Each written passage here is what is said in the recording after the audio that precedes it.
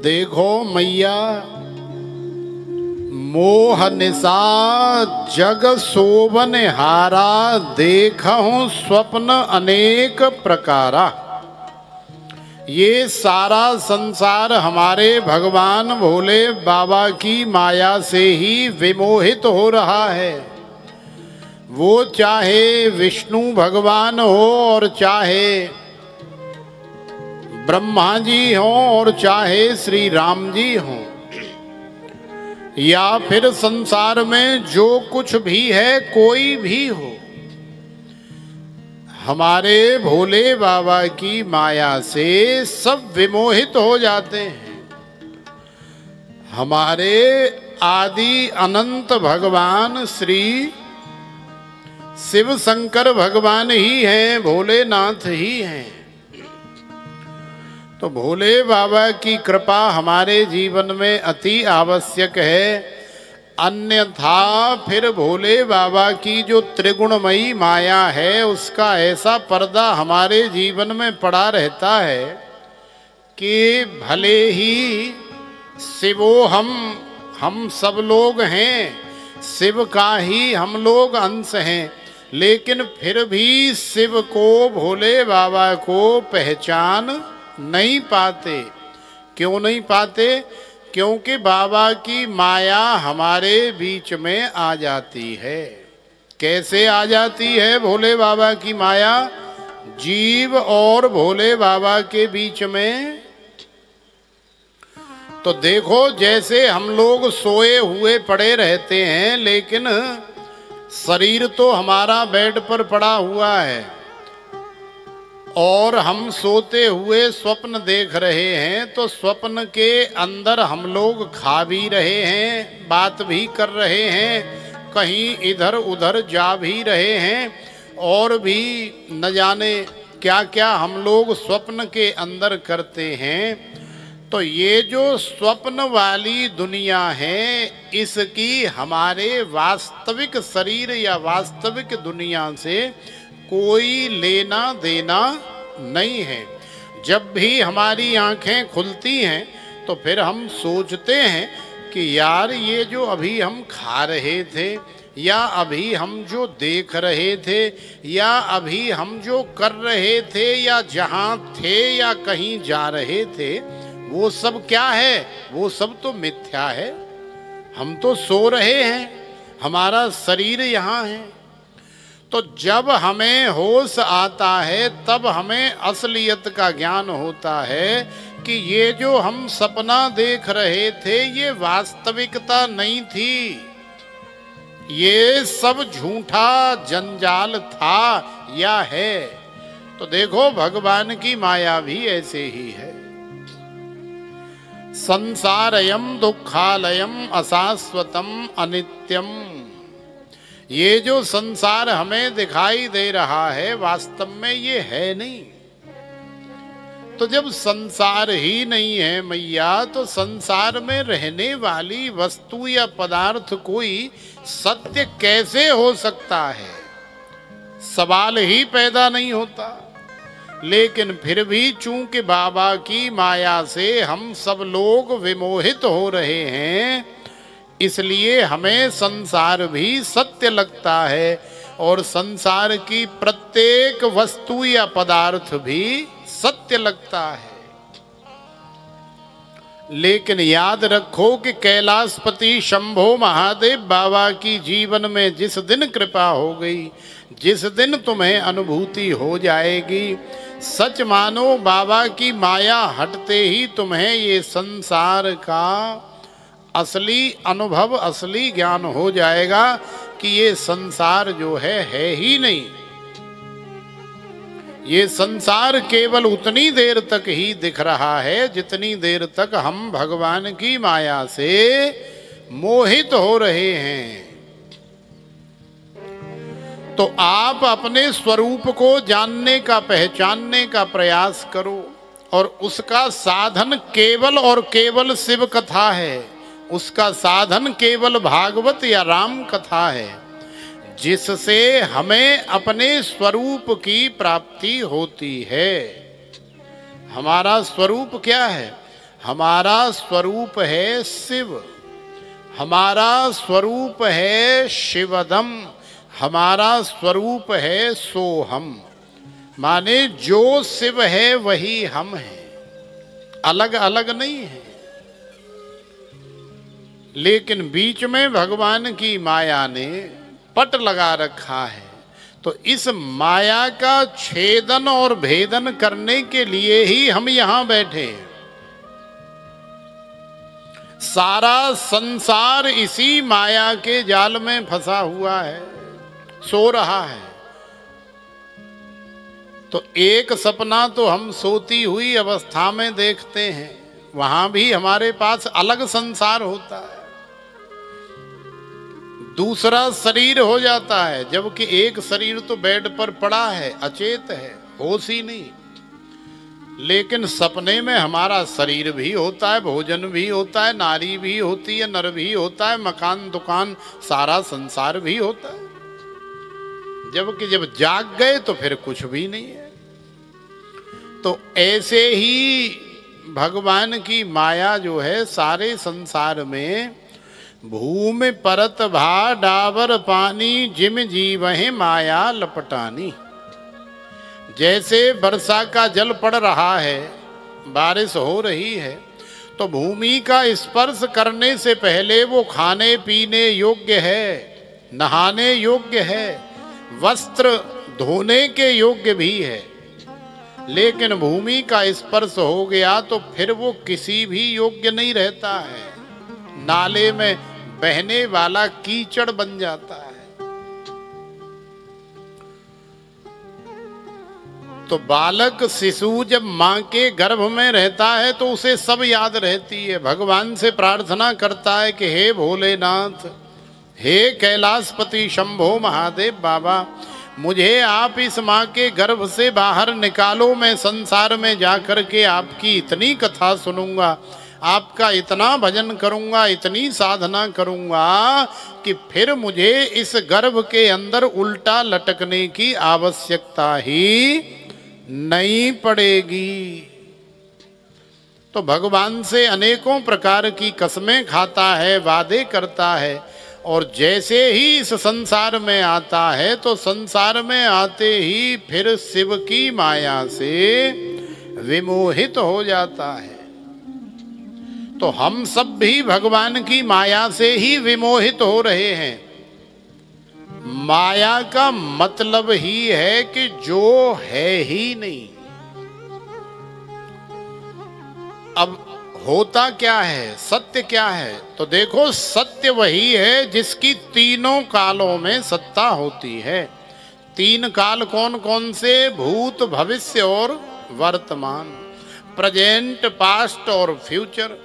और हमारी ब्रजभाषा में यदि कह दें तो धोताएं दोपहर और सांझ।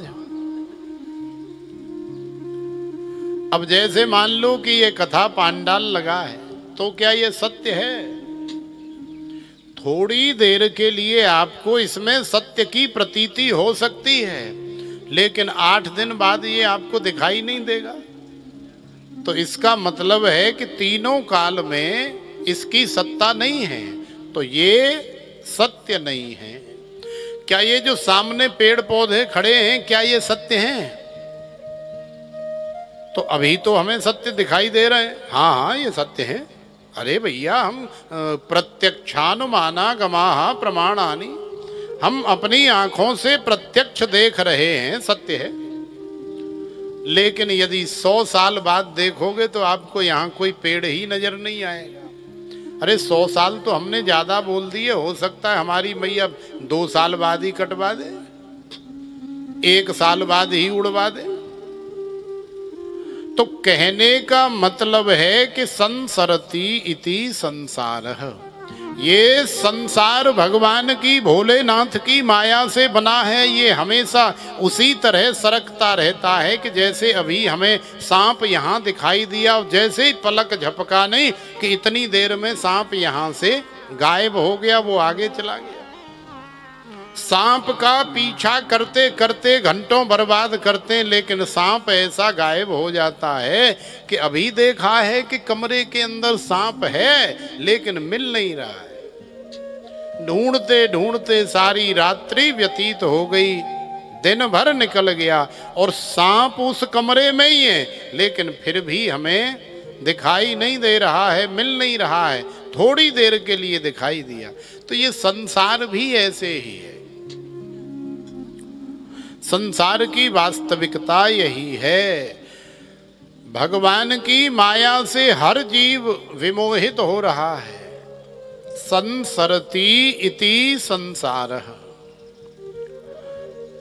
तो असली ज्ञान कब होगा? जब हम शिव कथा का श्रवण करेंगे। तो असली ज्ञान करने के लिए ही यहाँ सौंसर में हम लोग शिव कथा का श्रवण कर रहे हैं। तो देखो, भगवान के साकार और निराकार दोनों ही तरह से भगवान शिव की उपासना होती है। शिव तत्व ही सारे संसार में समाया है। ये सारा संसार ही शिवमय है। भगवान शिव की स्थापना प्रत्येक व्यक्ति को करनी चाहिए। अपने घर में यदि शिवलिंग हम रखते हैं तो एक अंगुष्ठ मात्र की लंबाई का सबसे श्रेष्ठ होता है, इतना बड़ा बस। और यदि किसी मंदिर में हम स्थापना कर रहे हैं, डोनेट कर रहे हैं या कहीं स्थापित करवा रहे हैं, तो कम से कम 12 अंगुल का शिवलिंग होना चाहिए, इससे कम नहीं होना चाहिए। इससे कम होगा तो पुण्य की प्राप्ति कम होगी। 12 अंगुल का कम से कम होना चाहिए। अभी तो ये 8 ही हुए, एक बार और लगा लो, तो कम से कम इतना होना चाहिए। पूजा कैसे करें? तो देखो, भोले बाबा को सबसे ज्यादा प्रिय तो जल ही है।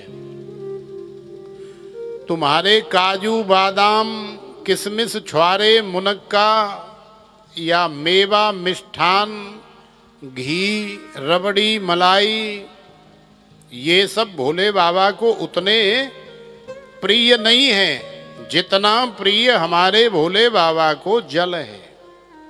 क्यों जल है? क्योंकि हमारे भोले बाबा हमेशा नहाने के लिए तैयार बैठे रहते, तो जल बड़ा प्रिय है बाबा। इसलिए भोले बाबा को जलधारा चढ़ाई जाती है। और एक एक टपका यदि जल भोले बाबा के ऊपर टपकता रहे तो बाबा का जैसे जैसे हृदय ठंडा होता है, मस्तिष्क ठंडा होता है, वैसे वैसे हमारे जीवन में भी सुख शांति बढ़ती चली जाती है। तो जब भी शिव मंदिर में आप जाएं तो भोले बाबा के ऊपर एक लोटा जल चढ़ा करके अवश्य आए। कई माताएं तो राम जी के ऊपर भी जल चढ़ा देती हैं, विष्णु भगवान के ऊपर, हमारी माता के ऊपर भी जल चढ़ा देती हैं। ऐसा नहीं करना चाहिए। क्यों नहीं करना चाहिए? क्योंकि हमारे कन्हैया और राम जी और मैया ये तो हमेशा तैयार रहते हैं, कंप्लीट 16 श्रृंगार करके माता तैयार रहती हैं, और कन्हैया का और राम जी का जो श्रृंगार है वो भी कंप्लीट रहते हैं। अब सोचो कि तुम 16 श्रृंगार करके कंप्लीट हो और आकर के कोई तुम्हारे ऊपर ऐसे जल मार जाए तो तुम्हारा क्या हाल होगा? तुमने जो लपेटा है अभी, उसका क्या हाल होगा? तो तुम नाराज होगी या खुश होगी? तुम्हारी तो सारी मेहनत जो है वो पानी में ही चली जाएगी। दोबारा से ड्रेस चेंज करनी पड़ेगी, सारा मेकअप सेकअप फिर से लगाना पड़ेगा। तो देखो, ये जल हमारे भोले बाबा को प्रिय है। राम जी के ऊपर, कन्हैया के ऊपर या मैया के ऊपर आप जल कभी मत चढ़ाओ। उन्हें तो ज्यादा से ज्यादा वस्त्र आभूषण इत्यादि चढ़ाओ, लेकिन जल हमारे भोले बाबा के ऊपर चढ़ाओ। भोले बाबा की पूजा और कैसे करें? तो भोले बाबा की पूजा आप फल से, फूलों से, मिठाई से, मेवा से, धूप से, दीप से, गंध से, अक्षत से कर सकते हैं। यदि ये सब नहीं है तो भोले बाबा की मानसिक पूजा का भी विधान है। मानसिक पूजा का मतलब है कि आंखें बंद कर ली, भोले बाबा हमारे ध्यान में आ गए और अब हम भोले बाबा के ऊपर बड़ा सुंदर गुलाब का पुष्प चढ़ा रहे हैं।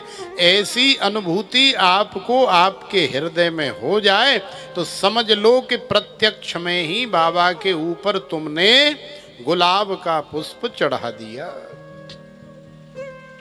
आंखें तुम्हारी बंद हैं, भोले बाबा तुम्हारे मन और मस्तिष्क में हैं या सामने प्रस्तुत हैं। अब समझ लो कि आप भोले बाबा की आरती उतार रहे हो, तो समझ लो कि भोले बाबा की प्रत्यक्ष आरती उतार ली गई।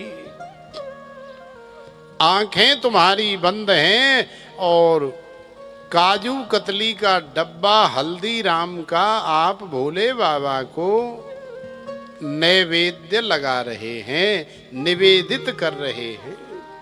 लेकिन वहां तुम्हारे मन मस्तिष्क में फिर कोई और नहीं होना चाहिए, केवल भोलेनाथ और काजू कतली भी साथ में। तो ये क्या है? ये है भोले बाबा की मानसिक पूजा। तो भोले बाबा की मानसिक पूजा का भी उतना ही फल है जितना कि प्रत्यक्ष पूजा का फल है। तो देखो, बाबा की पूजा तो आप मानसिक भी कर सकते हैं। कई लोग कंजूस होते हैं ना कि चमड़ी चली जाए तो अभाल चली जाए, लेकिन दमड़ी नहीं जानी चाहिए। एक ऐसे ही सेठ जी थे, जीवन में कभी 1 रुपया दान नहीं किया, कहीं भी किसी भी कथा में, सत्संग में, कहीं भी किसी भी मंदिर में 1 रुपया दान नहीं किया। जीवन निकल गया। एक महात्मा जी कथा कर रहे थे, कोई हमारे जैसे आ करके कथा में बैठ गए, तो दान की बड़ी महिमा सुना रहे थे। दान धर्मान राज धर्मान मोक्ष धर्मान विभाग सह स्त्री धर्मान भगवत धर्मान समासभ्यास योगतः। हे राजन, तुम्हारा सबसे पहला जो कर्तव्य है वो ये है कि तुम दान करना, मेहनत से, ईमानदारी से कमाना और फिर किसी को खिला के खाना, किसी को पहना के पहनना। क्योंकि अब तुम राजा बन गए हो, तो राजा का सबसे पहला कर्तव्य है कि दान करना। भीष्म पितामह ने ये आशीर्वाद दिया, ये उपदेश दिया है पांडवों को कि तुम्हारा सबसे पहला कर्तव्य है दान धर्म। तो इसकी व्याख्या कर रहे थे। दानमेकम कलौ युगे, कली काल में दान की बड़ी विशेष महिमा है। तो सेठ जी का भी सुनते सुनते आखिरकार हृदय द्रवीभूत हो गया और सेठ जी को भी लगा कि यार मेरा जीवन गुजर गया। हमारे पास में ही हनुमान जी का मंदिर है, मैं रोज जाता हूँ माथा टेकने के लिए, लेकिन दान नहीं किया। आज मेरा मन कर रहा है कि कम से कम 1 रुपया दान करके आऊंगा। सेठ जी घर आए, जुलाई का महीना था, पसीने वाला।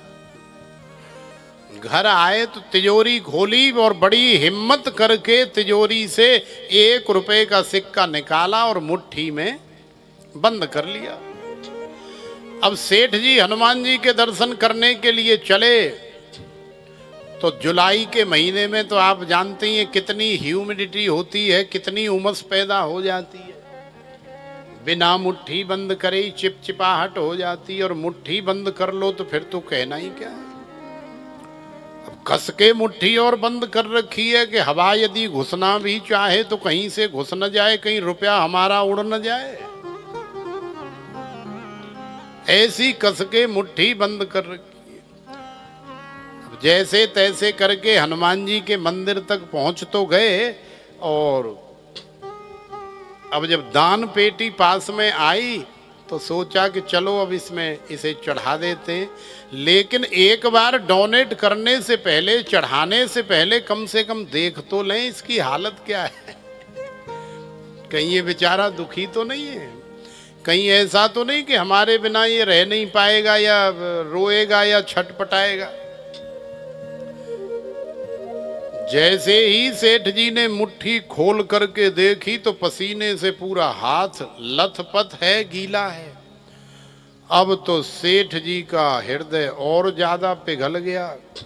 अरे राम राम, अरे लाला, अरे बेटा तू क्यों चिंता कर रहा है? अरे भैया, अच्छा तो तू इसलिए रो रहा है कि तूने सोचा है कि देखो मैं 20 साल से सेठ जी के पास उस तिजोरी में कितने आनंद से, कितने आराम से, कितनी मस्ती से रह रहा था, और आज ये सेठ जी हमें इस तिजोरी से उठा करके और मंदिर की पेटी में डाल रहे हैं, तो अब मैं कैसे रहूँगा, इसलिए रो रहा है। अच्छा कोई बात नहीं बेटा, तू चिंता मत कर, मैं तेरे साथ हूँ, मैं तुझे रोने नहीं दूंगा। सेठ जी ने पेटी में डालने की बजाय वो रुपया फिर से जेब में डाल लिया और दर्शन करके लौट के आ गए। तो चमड़ी चली जाए पर दमड़ी नहीं जानी चाहिए। हालांकि भगवान की सेवा पूजा तो प्रत्यक्ष ही करनी चाहिए, लेकिन यदि कोई ऐसा कंजूस भी है तो उसके लिए मानसिक सेवा भी बताई गई है कि भैया तू मानसिक सेवा भी करेगा और हृदय से करेगा, भाव से करेगा, तो प्रत्यक्ष पूजा सेवा का फल भी तुझे प्राप्त होगा। बोलिए श्री शिव शंकर भगवान की।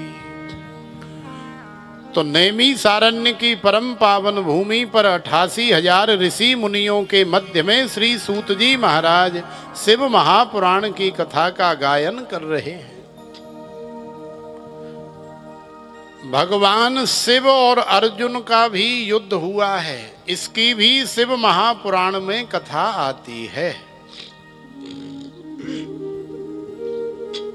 देखो अर्जुन भी भोले बाबा की बहुत सेवा पूजा करते हैं। जब पांडवों का वनवास हुआ था, अरे अर्जुन क्या, पहले तो जितने भी राजा महाराजा हुआ करते थे या जितने भी भगवान के भक्त होते थे, सर्वप्रथम सेवा पूजा आदि अनादि हमारे भोले बाबा की ही होती थी। ये राम और कृष्ण और हमारी माता, इनकी सेवा पूजा तो हम बाद में करने लगे। सबसे पहले तो हमारे देवादि देव महादेव ही थे और आज भी हैं। तो अर्जुन भी भोले बाबा के बड़े भक्त हैं। जंगल में रहते हैं वनवास के समय, लेकिन नित्य भोले बाबा की सेवा पूजा करते हैं। अब जंगल में रहते हैं तो उन्हें कई बार जंगली जानवरों का शिकार भी करना पड़ता है, क्षत्रिय तो हैं ही। तो जैसा कि हम आज प्रारंभ में ही आपको बता चुके हैं कि भोले बाबा जब भी किसी भक्त को मिलते हैं तो मिलने से पहले भोले बाबा अपने भक्त की थोड़ी परीक्षा भी लेते हैं, और लेनी भी चाहिए। हमारा पुत्र लायक है या नालायक है, ये देखे बिना कभी कोई प्रॉपर्टी नाम करता है क्या? कभी कोई अपना कमाया हुआ धन किसी नालायक को देता है क्या? नहीं देता है। किसको देता है? उसी को देता है जो देने लायक है। तो परीक्षा भी लेना अति आवश्यक है। अब सोचो कि एक कुम्हार जानते हैं कि नहीं? कौन होता है मैया कुम्हार? जो मिट्टी के बर्तन बनाता है उसे हमारी संस्कृत भाषा में कुंभकार कहते हैं। कुंभ माने घड़ा और कार माने उसका आकार बनाने वाला, कुंभकार। तो एक कुंभकार जब बर्तन बनाता है और बर्तन बनाने के बाद उन्हें सुखाता है और सुखा करके फिर अग्नि के उस हवा में लगा करके पकाता है, और प्रातः काल या 2 दिन 4 दिन बाद जब देखता है कि अब हमारे बर्तन पक गए हैं या नहीं पक गए, तो उनकी परीक्षा भी वो लेता है।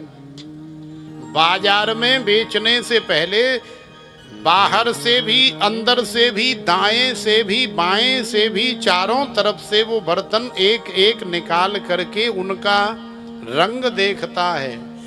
कौन सा बर्तन कितना पका हुआ है ये ठोक पीट करके बजा करके भी देखता है। जब उसे विश्वास हो जाता है कि बर्तन बाजार में उतारने लायक हैं, तो फिर वो बाजार में उतार देता है और बेच देता है। तो ऐसे ही हमारे भोले बाबा को जब भी किसी भक्त के ऊपर कृपा करनी होती है, तो हमारे भोले बाबा भी थोड़ी सी परीक्षा लेते हैं। अर्जुन शिकार खेल रहे थे, भोले बाबा भी एक बहेलिया किरात का रूप धारण करके आ गए। तो अर्जुन के शिकार को उस भोले बाबा रूपी किरात भील ने 2-4 बाण मार दिए। अब तो अर्जुन का पारा बड़ा हाई हो गया कि जिस शिकार को गांडीवधारी अर्जुन ढेर नहीं कर पाया, उसे इस जंगल में रहने वाले कोल भील किरात ने ढेर कर दिया और उठा करके लेके भी जा रहा है, वो भी अर्जुन के सामने से। तो देखो, अर्जुन ने आव देखा न ताव, अर्जुन ने बाणों की बौछार कर दी उस किरात के ऊपर, उस भील के ऊपर। तो ये किरात, ये कोल भील कोई और नहीं, ये तो साक्षात हमारे भोले बाबा ही हैं। तो भोले बाबा के ऊपर, उस भील के ऊपर अर्जुन के बाणों का किसी भी प्रकार का कोई फर्क नहीं पड़ा। और जब अर्जुन ने देखा कि उसके बाण सारे निस्तेज हो गए, तो अर्जुन ने सोचा कि अब मुझे भोले बाबा की उपासना करनी चाहिए। उपासना क्यों करनी चाहिए? क्योंकि भोले बाबा की उपासना करने से हमें ऊर्जा मिलती है, हमें शक्ति मिलती है, और मैं भोले बाबा की उपासना करके इतनी ऊर्जा, इतनी शक्ति, ऐसा वरदान प्राप्त करूंगा कि ये किरात तो क्या, ऐसे 100 किरात भी मेरे सामने होंगे तो वो टिक नहीं पाएंगे। तो देखो, उस किरात से अर्जुन को हारना पड़ा और फिर अर्जुन भोले बाबा की शरण में गए। जा करके शिवलिंग की सेवा पूजा करने लगे और भोले बाबा से शक्ति की, ऊर्जा की कामना करने लगे। अब जो जो वस्तु, जो जो पदार्थ, जो जो नैवेद्य, जो जो सामग्री अर्जुन उस भोले बाबा के शिवलिंग के ऊपर चढ़ाते जा रहे हैं, वो वस्तु, वो पदार्थ, वो सामग्री उस किरात के ऊपर चढ़ती जा रही है। अर्जुन को बड़ा आश्चर्य हुआ। अर्जुन हक्के बक्के रह गए, पैरों तले जमीन खिसक गई कि ऐसा कैसे हो सकता है। हम चढ़ा भोले बाबा के ऊपर रहे हैं, पहनाई माला भोले बाबा को, और नजर आ रही है किरात के गले में, भील के गले में। तो देखो, अर्जुन को समझने में देर नहीं लगी। अर्जुन समझ गए कि ये किरात कोई और नहीं, ये तो साक्षात जगदीश्वर, मेरे प्राणनाथ, दीनानाथ, कैलाशपति शंभो महादेव बाबा हैं। जाकर के सरेंडर हो गए अर्जुन, चरण पकड़ लिए, हे भोलेनाथ कृपा करो, दया करो। तो भोले बाबा और अर्जुन का युद्ध भी हुआ। भोले बाबा ने फिर अपना रूप धारण कर लिया और आशीर्वाद दिया, हृदय से लगाया। तो यदि तुम्हें ऊर्जा चाहिए, यदि तुम्हें शक्ति चाहिए, या संसार का कोई भी वैभव चाहिए, तो तुम भगवान की पूजा करो। पू माने संसार का सारा ऐश्वर्य, जा माने मिल जाएगा। पूजा करने से, भगवान की सेवा करने से संसार का ऐसा कोई वैभव है ही नहीं जो जीव को प्राप्त न हो। तुम केवल भगवान की साकार सेवा पूजा करनी शुरू कर दो। अरे ज्यादा पीछे की बात क्या बताएं, आप ग्वालियर की अहिल्याबाई होलकर महारानी को ही देख लीजिए। कितनी बड़ी शिव भक्ता थी महारानी अहिल्याबाई होलकर ने। कितने शिव मंदिरों में कितना सोना दान किया है, कितने छत्र बनवाए, मुगलों के द्वारा तोड़े गए, ध्वस्त किए गए कितने बड़े बड़े मंदिर बनवाए, ज्योतिर्लिंगों का निर्माण करवाया। भगवान कहते हैं कि बेटा यदि तू चाहता है कि तेरा मन मुझ में लग जाए तो देख, मन है पति और मनी है पत्नी। मन है पति और मनी है पत्नी। तो पति का मन कहाँ लगता है? पति का मन पत्नी में लगता है। लगता है कि नहीं? तुम्हारे पति का मन तुम में लगता है? लगता है भाई। अब राजी से नहीं लगता है तो फिर लठ से भी लगाना पड़ता है, लेकिन लगता है। आखिर जाएगा कहाँ? तो भगवान कहते हैं कि पति का मन पत्नी में लगता है। यदि मुझ में मन को लगाना है तो तू अपनी पत्नी माने अपने धन को, मनी को मेरे अंदर माने मेरे ऊपर अर्पण कर दे, मेरे चरणों में समर्पित कर दे कि हे भोलेनाथ, मेरे पास जो कुछ भी है वो सब आपका ही है। मेरा कहीं मंदिर बनवा दे, मेरी कहीं स्थापना करवा दे, मेरी कहीं धर्मशाला बनवा दे, मेरे नाम से कहीं भंडारा कर दे, मेरे नाम से दीन दुखियों की सेवा कर दे। निश्चित ही तेरा मन मुझ में लगने लग जाएगा। क्यों लगने लग जाएगा? क्योंकि तेरी पत्नी रूपी मणि जब मेरे चरणों में रहने लग जाएगी तो फिर मन रूपी पति जाएगा कहाँ? पत्नी के पास। अरे 2 दिन नहीं आएगा बेटा, 4 दिन नहीं आएगा, 6 दिन नहीं आएगा। तू कहीं भी चला जा कमाने खाने और गुल छर्रे उड़ाने के लिए, लेकिन आखिरकार आना तुझे पत्नी के पास ही पड़ेगा।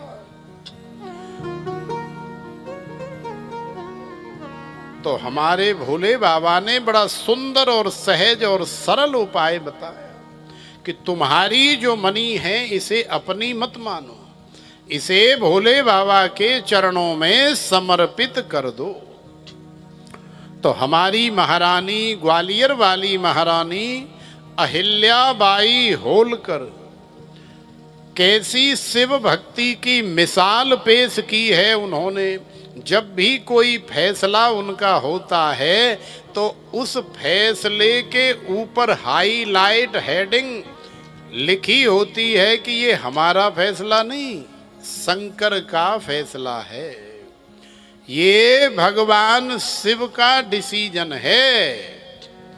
क्योंकि अहिल्याबाई भगवान शिव की ही सत्ता सब कुछ समझती हैं, अपनी किसी भी प्रकार की सत्ता समझती ही नहीं। इसीलिए तो संभव हो पाया कि आज भी, अन्यथा संसार से जाने के बाद कौन किसको याद करता है। आज हम इतनी बड़ी व्यासपीठ पर बैठ करके यदि हमें अहिल्याबाई की स्मृति हो रही है तो ये केवल और केवल शिव भक्ति का ही परिणाम तो है, अन्यथा वो हमारी कोई चाची काकी मामी थोड़े ही लगती है जो हम उन्हें याद कर रहे हैं। क्यों याद कर रहे हैं?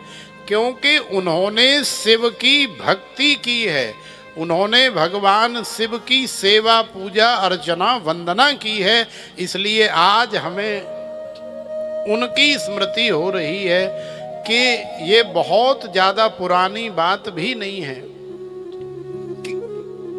यत करोसी यदस्नासी यज्ञ होसी ददास यत तपस्यसि कौन्तेय तत्कुरुस्व मदर्पणम। हे भैया अर्जुन, तुम जो भी कर रहे हो, अब जो भी कर रहे हो का मतलब जो भी तुम खा रहे हो, जो भी तुम कर रहे हो, चाहे तुम सो रहे हो, चाहे तुम बैठे हो, चाहे तुम चल रहे हो, चाहे तुम गा रहे हो, तुम जो भी कर रहे हो, कर से कर्म करहूं विधिनाना मन राखूं जहां कृपा निधाना।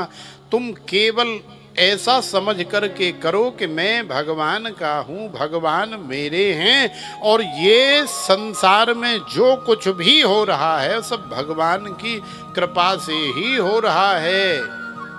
मेरा मान करके करो, मेरा मुनीम बन करके घर चलाओ, मेरा मुनीम बन करके यदि संसार में रहोगे तो आनंद में रहोगे,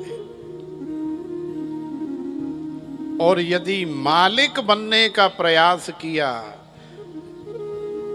यदि महंत बनने का प्रयास किया, अधिपति बनने का प्रयास किया, तो बेटा हर जगह मुंह की खाओगे। तो टेंशन वाला सारा कार्य मालिक के ऊपर छोड़ दिया जाए और हमें हमारी मस्ती से सब कुछ भगवान का ही मान करके संसार में रहना, जीना, खाना पीना चाहिए।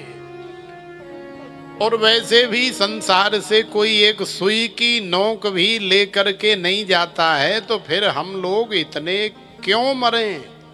फिर क्यों इतनी हाय हाय, क्यों इतनी काएं काएं, क्यों इतना क्लेश इत्यादि करें? तो भगवान के पूजन की बड़ी विशेष महिमा बताई, वो चाहे साकार पूजन हो और चाहे वो मानसिक पूजन हो। भगवान का पूजन हमें करना ही चाहिए, शिव पूजन हमें करना ही चाहिए, क्योंकि शिव पूजन करने से ही हमारे जीवन की धन्यता है। और साथ में यदि गाना आपको अच्छा लगता है, भगवान की भक्ति में भजन गुनगुनाना अच्छा लगता है, तो बैठ करके भोले बाबा को भजन भी सुनाने चाहिए। प्रार्थना रूपी भजन भी होते हैं, चेतावनी रूपी भजन भी होते हैं, और तुम्हारे जीवन में प्रेम भर देने वाले भजन भी होते हैं। तो आइए, एक प्रार्थना रूपी भाव है जिसे हम भोले बाबा के चरणों में समर्पित करते हैं, और फिर एक आध कथा और श्रवण करेंगे, फिर हम लोग आनंद लेंगे।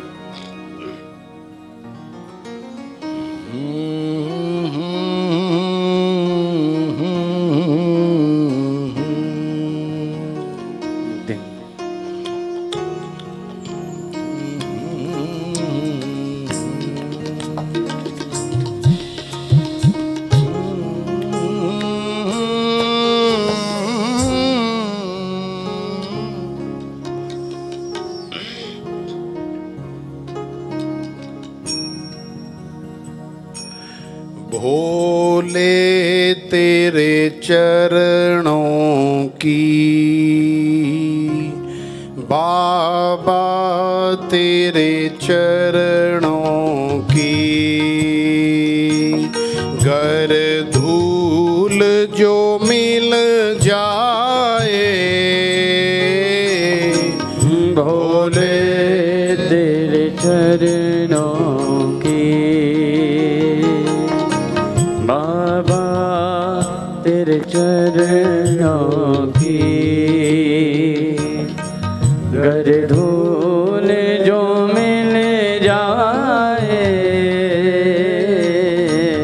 सच कहता हूँ बाबा, सच कहता हूँ बाबा, तकदीर बदल जाए। सच कहता हूँ बाबा, तकदीर बदल जाए। भोले तेरे चरणों की,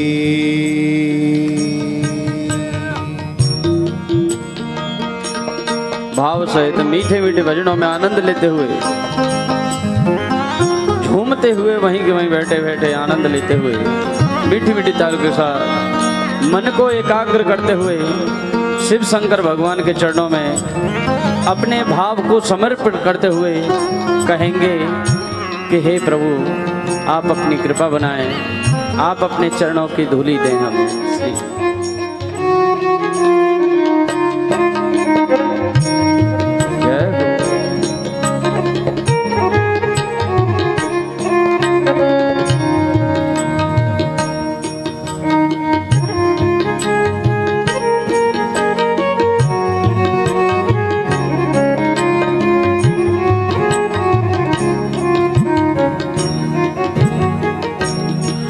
सुनते हैं तेरी रहमत, दिन रात बरसती है। सुनते हैं तेरी रहमत, दिन रात बरसती है। सुनते तेरी रहमत, दिन रात बरसती है। सुनते हैं तेरी रहमत, दिन रात बरसती है। एक बूंद जो मिल जाए, एक बूंद जो मिल जाए, मन की कली खिल जाए। भोले तेरे चरणों की गर धूल जो मिल जाए। भोले तेरे चरणों की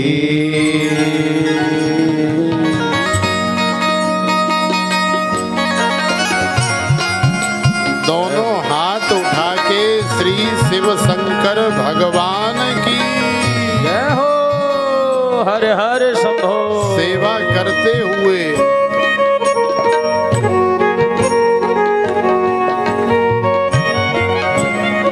जय भोलेनाथ।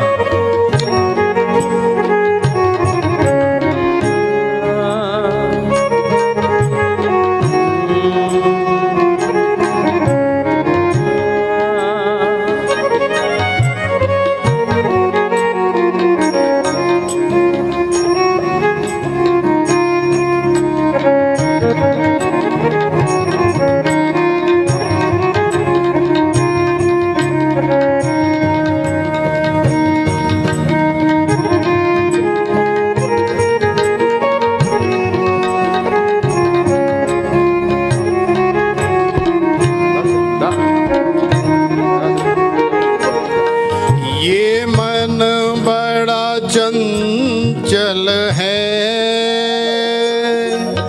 कैसे तेरा भजन करूं। ये मन बड़ा चंचल है, कैसे तेरा भजन करूं। ये मन चंचल है, कैसे तेरा भजन करूं। ये मन बड़ा चंचल है, कैसे तेरा भजन करूं।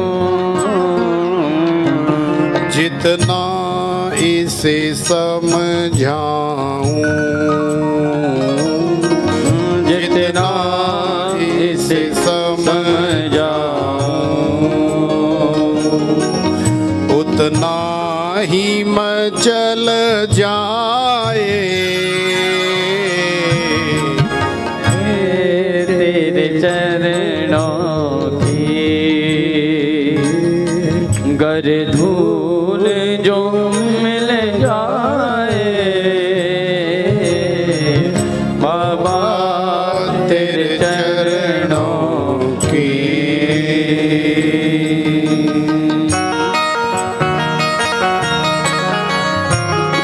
ताली सेवा करते हुए बड़े भाव से गाइए।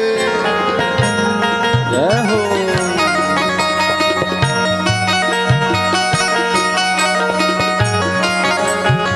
मस्ती में झूमते हुए शंकर भगवान की जय हो।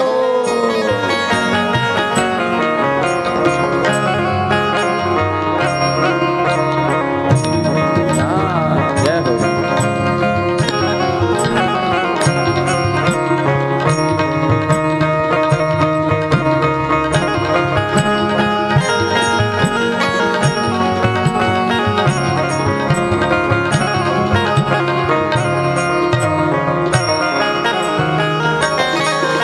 नजरों से गिराना ना,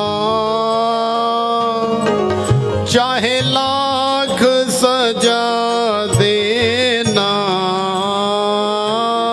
नजरों से गिराना ना, चाहे लाख सजा देना।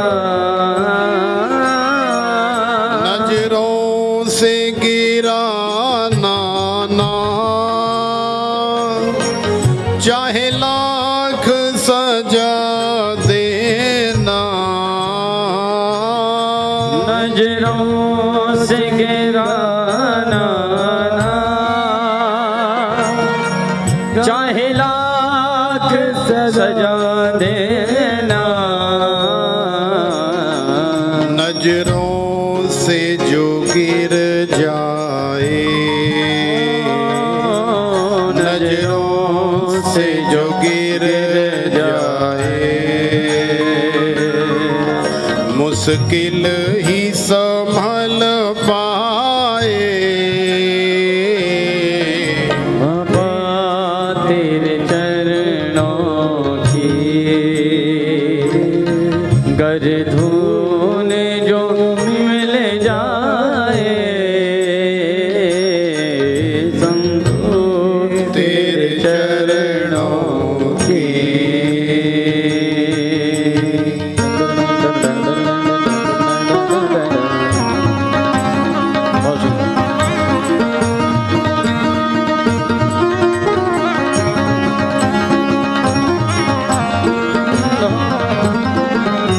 दोनों हाथ उठा के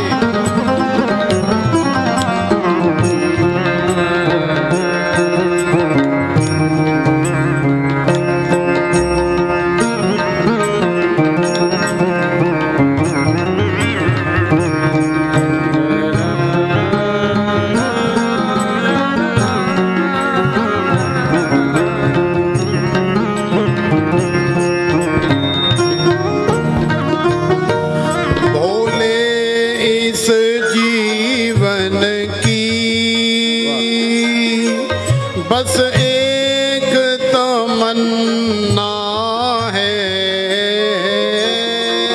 बोले इस जीवन की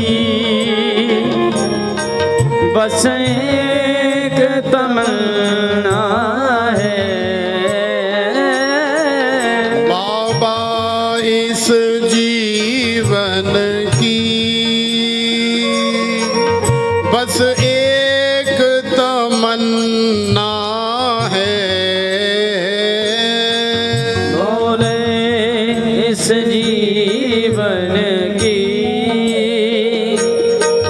बस एक तमन्ना है। तुम सामने हो मेरे, तुम सामने हो मेरे, मेरा दम ही निकल जाए। बाबा तेरे चरणों की गर धूल जो मिल जाए। भोले तेरे चरणों की गर धूल जो मिल जाए। बाबा तेरे चरणों की गर धूल जो मिल जाए। सच कहता हूँ बाबा, सच कहता हूँ बाबा,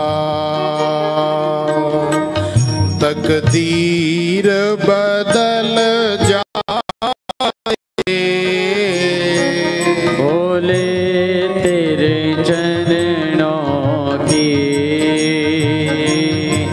गर धूल जो मिल जाए। बाबा तेरे चरणों की गर धूल जो मिल जाए। हे बाबा तेरे चरणों की गर धूल जो मिल जाए। सच कहता हूँ बाबा, तकदीर बदल जाए। भोले तेरे चरणों की मेरे बाबा बाबा तेरे चरणों की मेरे बाबा भोले तेरे चरणों की शंभुना बाबा तेरे चरणों की भोले तेरे चरणों।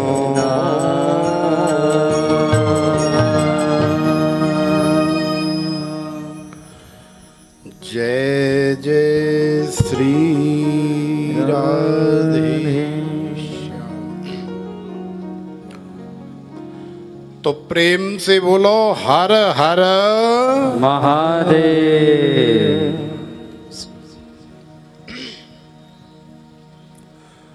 तो जैसा कि हम सब लोग जानते हैं, ये शिव महापुराण की कथा आपके इस सौंसर नगर जिला छिंदवाड़ा मध्य प्रदेश में चल रही है, जिसके आयोजक हमारे सामने बैठी हुई श्रीमती पुष्पा देवी और स्वर्गीय श्री ज्ञानेश्वर जी, जिनके माध्यम से आपको यहाँ श्री शिव महापुराण की कथा श्रवण करने को मिल रही है। बड़ा ही आनंद हो रहा है।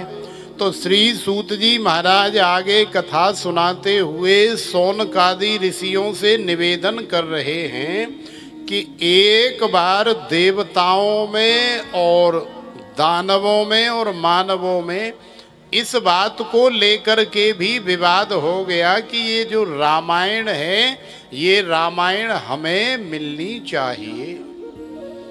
देवता कहने लगे कि रामायण हमें मिलनी चाहिए।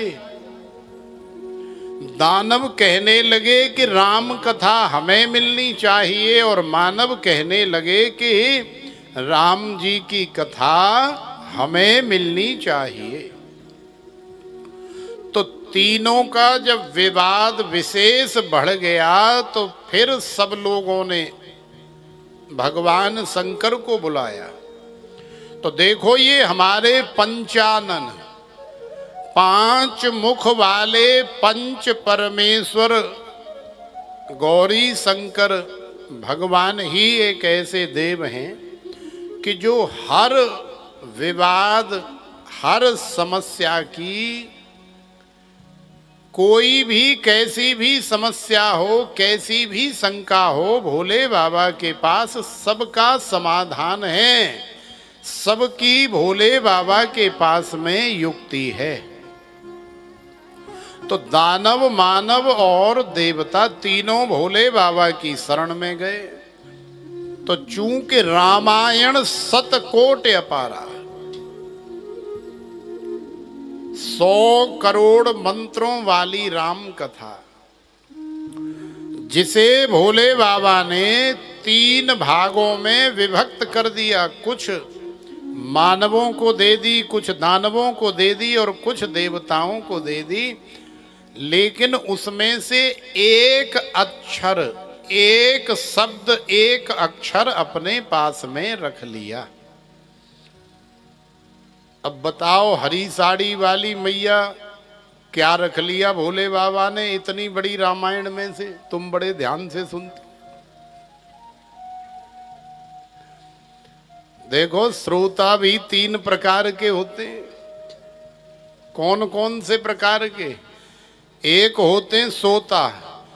अब घर में तो नाती पोते और बालक चैन नहीं लगने देते बुढ़िया मैया को, तो फिर सोचती है कि चलो ये बहुत अच्छा हो गया, अब हमारे मोहल्ले में, हमारे आसपास में कहीं कथा हो रही है, भागवत की हो, चाहे शिव पुराण की हो और चाहे राम कथा हो, कम से कम 7-8 दिन तो शांति से कट जाएंगे।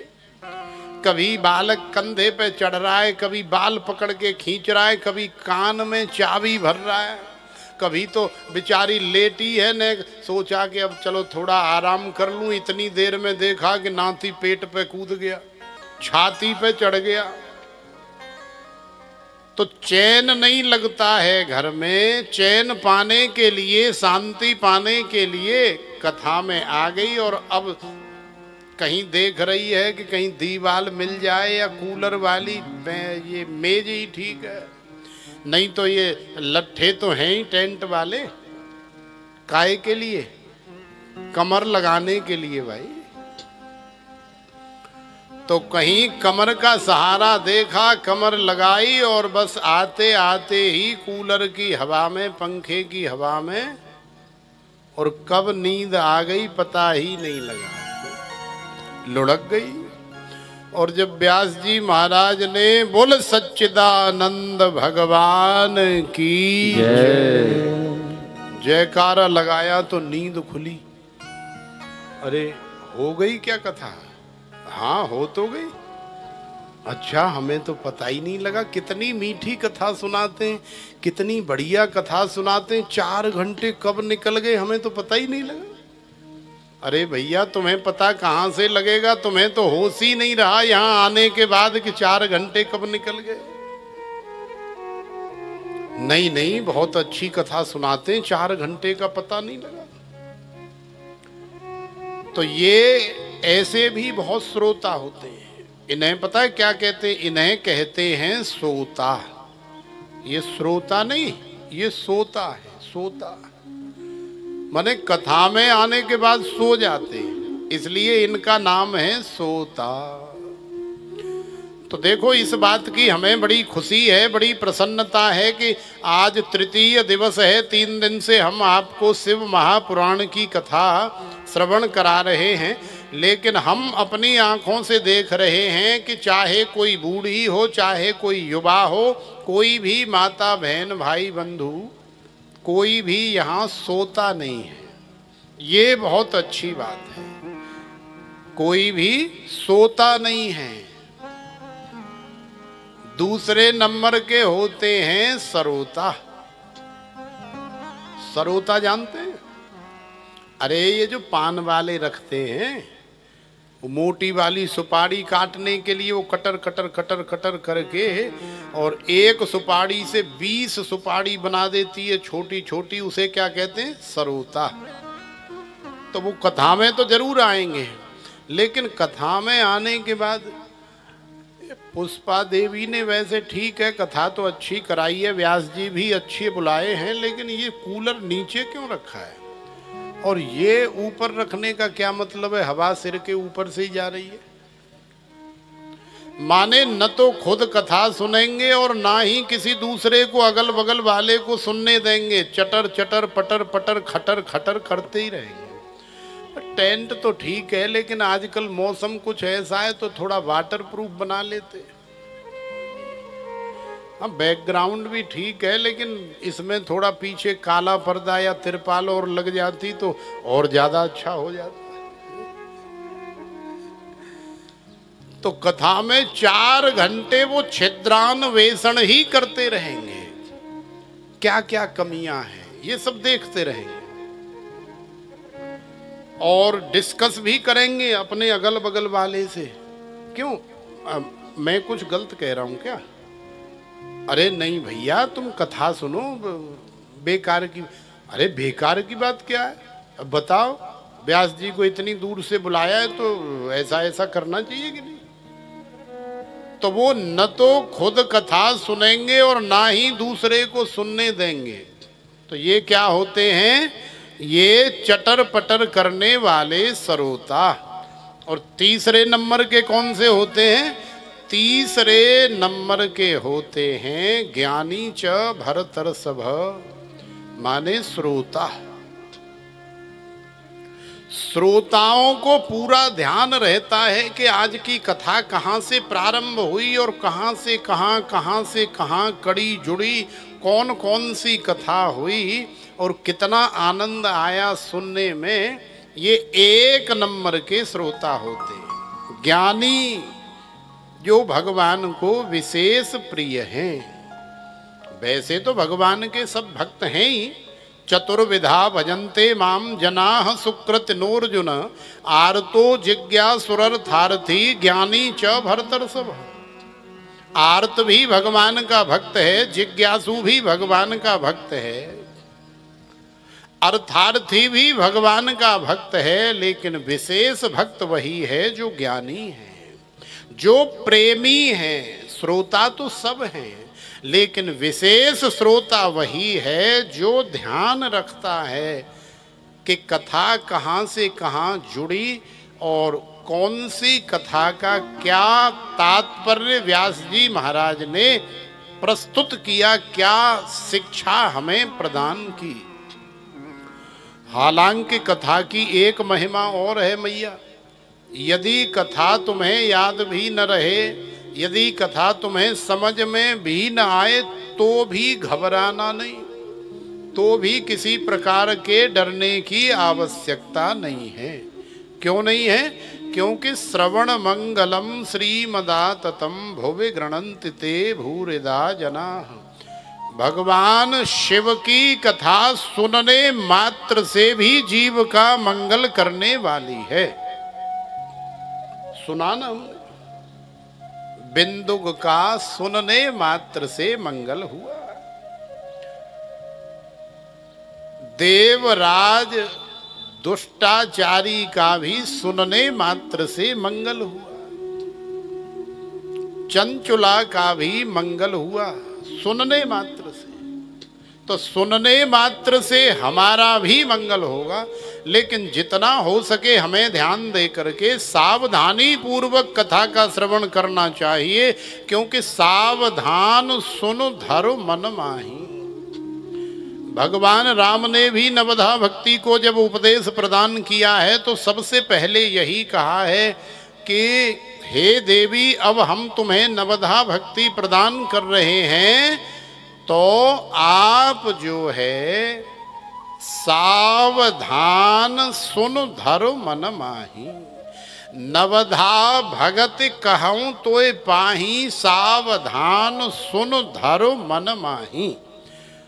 और व्यास जी महाराज, श्री सूत जी महाराज, श्री सुखदेव जी महाराज और सौनकादि ऋषियों को भी यही कहते हैं कि सावधान तया शृणु। तो सावधान होकर के भगवान की कथा का आनंद लेना चाहिए।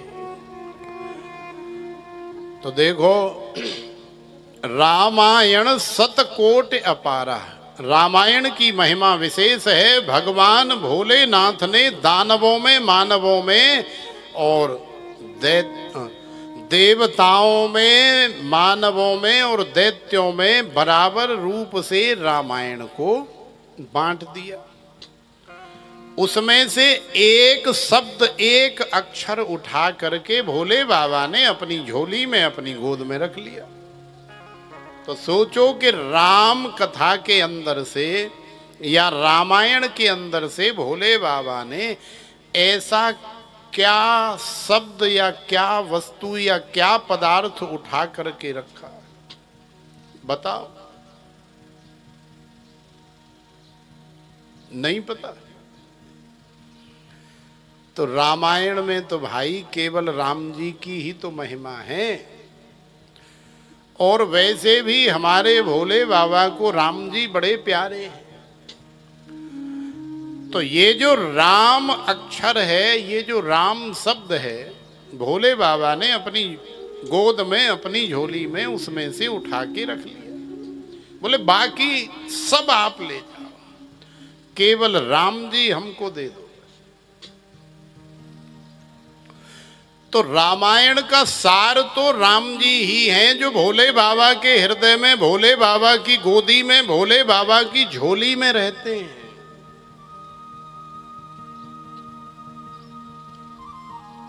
हमें भी कथा के अंदर से उसका सार ले लेना चाहिए। इसका सार शिव है।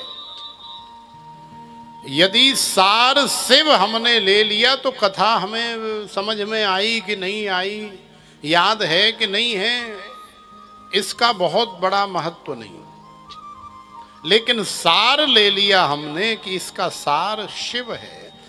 हमें अपने जीवन में शिव को लेकर के आना है। हमें अपने जीवन में शिव की स्थापना करनी है। यदि शिव की स्थापना हमारे जीवन में, हमारे घर में हो गई तो हमारा कथा सुनना सार्थक हो गया। यही सार है भगवान की शिव कथा का, शिव महापुराण की कथा का। शिव के प्रति ऐसी श्रद्धा भावना। धन्ना जाट को तो सुना होगा आपने। धन्ना जाट ने भी भगवान शिव की भक्ति करी। एक बेचारा सूधा साधा भोला भाला जाट, खेती बाड़ी करने वाला, अंगूठा छाप जो साइन करना भी नहीं जानता है, लेकिन भगवान में लगन लगी। अभी भगवान के विषय में जानता भी नहीं है कि भगवान कैसे होते हैं, क्या होते हैं, कैसे उनकी सेवा पूजा की जाती है, कैसे उनकी अर्चना वंदना की जाती है। संतों के पास जाता है कि मुझे भगवान दे दो, मुझे भगवान दे दो। तो संत कहते हैं क्या पागल आदमी है, क्या मूर्ख आदमी है? भगवान तो अभी तक हमको नहीं मिले तो तुझे कहां से दे दे? भगवान क्या कोई दुकान पे बिकने वाली कोई वस्तु या पदार्थ थोड़े ही है जो झोली में हाथ डाल करके निकाल करके तुझे दे दें। लेकिन कोई पहुंचे हुए संत जो है, कहते हैं ना कि तुम जो है कौआओं के लिए छत पे दाना डालना शुरू कर दो, कभी न कभी तुम्हारा दाना चुगने के लिए हंस भी अवश्य आएगा। तो ये धन्ना जाट हजारों संतों के पास गया कि मुझे भगवान दे दो, मुझे भगवान दे दो। उसके हृदय की भावना किसी ने नहीं समझी। लेकिन आज समय आ गया भगवान मिलने का। तो देखो कोई पहुंचे हुए संत थे, उनके पास चला गया कि हे गुरुदेव, हे संत महाराज, मुझे भगवान दे दो, मुझे भगवान दे दो। जब धन्ना जाट ने भगवान मांगे तो वो संत समझ गए कि ये कौन से भगवान की बात कर रहा है, इसे कौन से भगवान चाहिए, उसके हृदय की भावना समझ गए। क्योंकि संत हृदय नवनीत समाना, कहा कविन्न पर कहे न जाना, निज परताप द्रवहि नवनीता, पर दुख द्रवहि संत सुपनीता। दूसरे के दुख को देख करके जिसका हृदय द्रवीभूत न हो या नहीं होता, वो संत नहीं हो सकता। संत वही है जो तुम्हारी भावना को समझ जाए। संत समझ गए कि ये क्या मांग रहा है। संत ने झोली में हाथ डाला तो शिवलिंग निकले। शिवलिंग को धन्ना के हाथों में थमा दिया, बोले ले बेटा ये हैं भगवान। धन्ना बड़ा प्रसन्न हुआ, बड़ा आनंदित हुआ, ले करके चल दिया। और अब धन्ना फिर रिपीट आने लगती है, अपने आप आ रही है ना। शिवलिंग ले करके, उस पिंडी को ले करके अपने घर गया और घर जा करके उसे अपने घर के मंदिर में स्थापित कर दिया। और भावना आप उसकी देखो कि मुझे संत ने भगवान दिए हैं, तो उसने साक्षात भगवान ही समझ रखे हैं। उसने, उसके अंदर ये भावना नहीं है कि ये पत्थर है या ये शिवलिंग है या ये किसी प्रकार की कोई धातु है या कोई वस्तु है या कोई पदार्थ है जो इसकी पूजा करने से भगवान प्रकट होते हैं। ऐसी भावना नहीं, उसकी भावना है कि मुझे संत ने भगवान दिए हैं तो मुझे इनकी सेवा पूजा करनी चाहिए। तो देखो धन्ना जाट भगवान शिव की उपासना कर रहा है और उपासना करते करते करते करते जब बहुत वर्ष व्यतीत हो गए तो आज वो समय आ गया कि भगवान भोलेनाथ धन्ना जाट के सीधेपन से, भोलेपन से, उसके हृदय की निर्मलता से, निष्कपटता से रीझ गए। क्योंकि भोले बाबा को तुमसे और कुछ चाहिए भी नहीं। बाबा के सामने तो तुम निष्कपट हो जाओ, हर प्रकार के छल कपट दंभ पाखंड से रहित हो जाओ, शुद्ध भाव अपने अंदर ले आओ, बाबा इतने से ही प्रसन्न हो जाते हैं। तो धन्ना जाट को भी भोले बाबा ने प्रसन्न हो करके आशीर्वाद दिया, दर्शन दिया। आज हम धन्ना जाट को भी कथाओं के माध्यम से स्मरण करते हैं, याद करते हैं। क्यों? क्योंकि धन्ना जाट ने भी शिवलिंग की सेवा पूजा की है, हमारे ठाकुर की, हमारे भोले बाबा की सेवा पूजा की है। तो ये जो शिव पुराण की कथा है, इस कथा के माध्यम से हमारे जीवन में हमें सीखना चाहिए कि अहंकार हमारे जीवन को बर्बाद करने वाला है, अभिमान हमें पतन की ओर ले जाने वाला है। इसलिए अहंकार हमारे जीवन में नहीं होना चाहिए। देखो एक बार की बात है, देवर्षि नारद हिमालय की तलहटी में गंगा मैया के किनारे भ्रमण कर रहे थे। अब नारद बाबा तो नारद बाबा हैं, बीड़ा उठाया और श्रीमन नारायण नारायण नारायण नारायण नारायण करते हुए चारों तरफ विचरण करते रहते। अब हिमालय की चोटियों में गंगा मैया के किनारे जब नारद जी भ्रमण कर रहे थे तो बड़ा सुरम्य स्थान देखा, बड़ा सुंदर स्थान देखा। आप सब लोग जानते ही हैं बद्रीनाथ धाम का जो क्षेत्र है वो कितना सुंदर है, कितना सुरम्य है। वहां गंगा मैया भी है। तो वहां एकांत भी है। एकांत भोगी को भी प्रिय है और साधक को भी प्रिय है। भोगी व्यक्ति एकांत इसलिए चाहता है कि उसे भोग विलास करते समय किसी प्रकार का कोई विघ्न न हो, कोई डिस्टर्ब न हो। और साधक भी एकांत इसलिए चाहता है कि साधना करते समय उसे भी किसी प्रकार की कोई परेशानी न हो। तो नारद जी ने जब एकांत देखा, सुरम्यता देखी, सुंदरता देखी, तो नारद जी तो चूंकि साधक हैं, तो नारद जी का मन हुआ कि हमें यहाँ बैठ करके साधना करनी चाहिए, भजन करना चाहिए। तो नारद जी भजन करने के उद्देश्य से नीचे उतरे और नीचे आकर के इस भूमंडल में बद्रीनाथ धाम क्षेत्र में भ्रमण करने लगे। और भ्रमण करते करते उस क्षेत्र में उन्होंने देखा कि एक बड़ी सुंदर जगह, एक बड़ी सुंदर गुफा है। उस गुफा में गए और जाकर के बैठ गए। तो देवर्षि नारद ने वहां पर साधना करी और ऐसी साधना करी देवर्षि नारद ने कि जैसे भगवान शिव साधना करते हैं। हमारे श्री तुलसीदास जी महाराज ने भी लिखा है कि शंकर सहज स्वरूपा संवारा, लाग समाधि अखंड अपारा। भगवान भोलेनाथ भी समाधि लगाते हैं। शंकर सहज स्वरूप संवारा, लाग समाधि अखंड अपारा। बीते संबत सहस 87 तजे समाधि शंभु अविनाशी।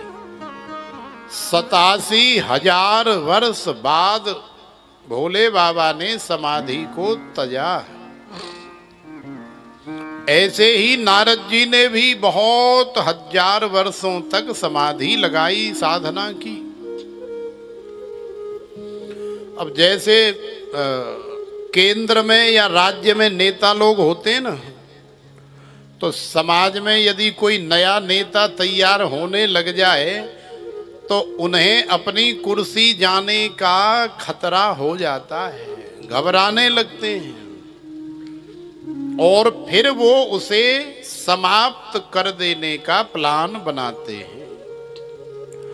देश बर्बाद हो जाए, समाज बर्बाद हो जाए, दुनियादारी लुट जाए, इसकी नेताओं को फिक्र नहीं। लेकिन उनकी जो कुर्सी है वो किसी की वजह से न चली जाए, इस बात की बड़ी फिक्र रहती है। तो देखो, ये जो स्वर्ग में बैठे हुए नेता हैं, स्वर्ग में बैठे हुए जो देवता हैं, जो स्वर्ग की व्यवस्था चला रहे हैं, इनमें प्रधानमंत्री कौन है? देवराज इंद्र। जब कोई साधक तैयारी करता है, तपस्या करता है, साधना करता है, तो देवराज इंद्र को खतरा हो जाता है। देवराज इंद्र का सिंहासन हिलने लगता है, डगमगाने लगता है और अपने सिंहासन या अपनी कुर्सी, अपनी सीट को कोई भी खोना नहीं चाहता है। तो नारद जी ने जब तपस्या करी तो आप जानते हैं कि इंद्र ने नारद जी की तपस्या भंग करने के लिए बड़ी सुंदर सुंदर अप्सराओं को नारद जी के पास भेजा, और केवल अप्सराओं को ही नहीं, साथ में कामदेव को भी भेजा। अब साक्षात कामदेव आकर के किसी के ऊपर सवार हो जाए तो सोचो कि क्या होगा।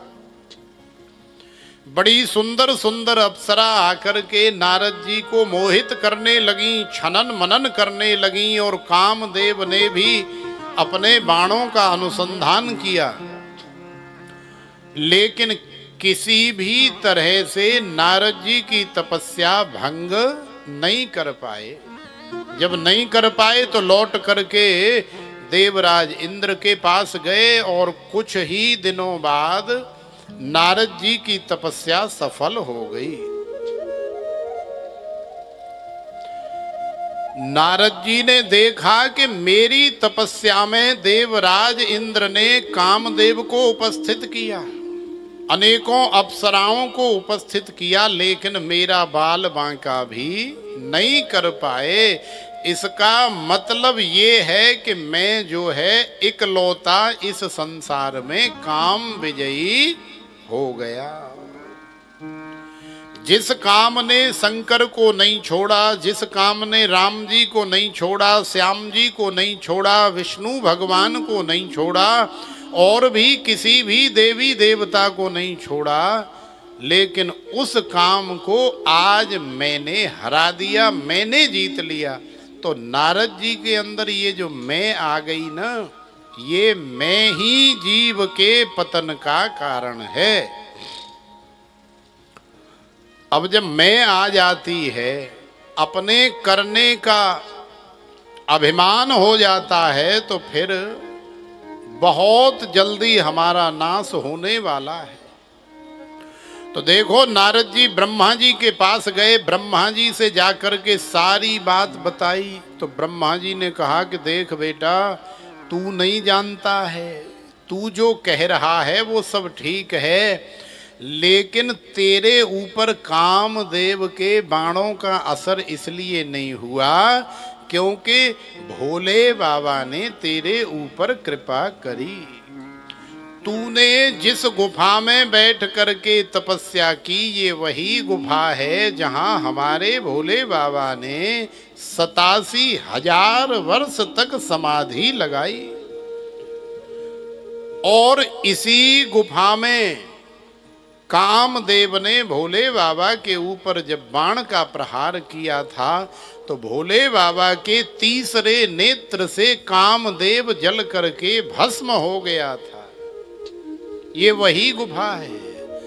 तो ये तेरा प्रताप नहीं है, ये प्रताप हमारे भोले बाबा की कृपा और भोले बाबा की गुफा और भोले बाबा की तपस्या का प्रताप है।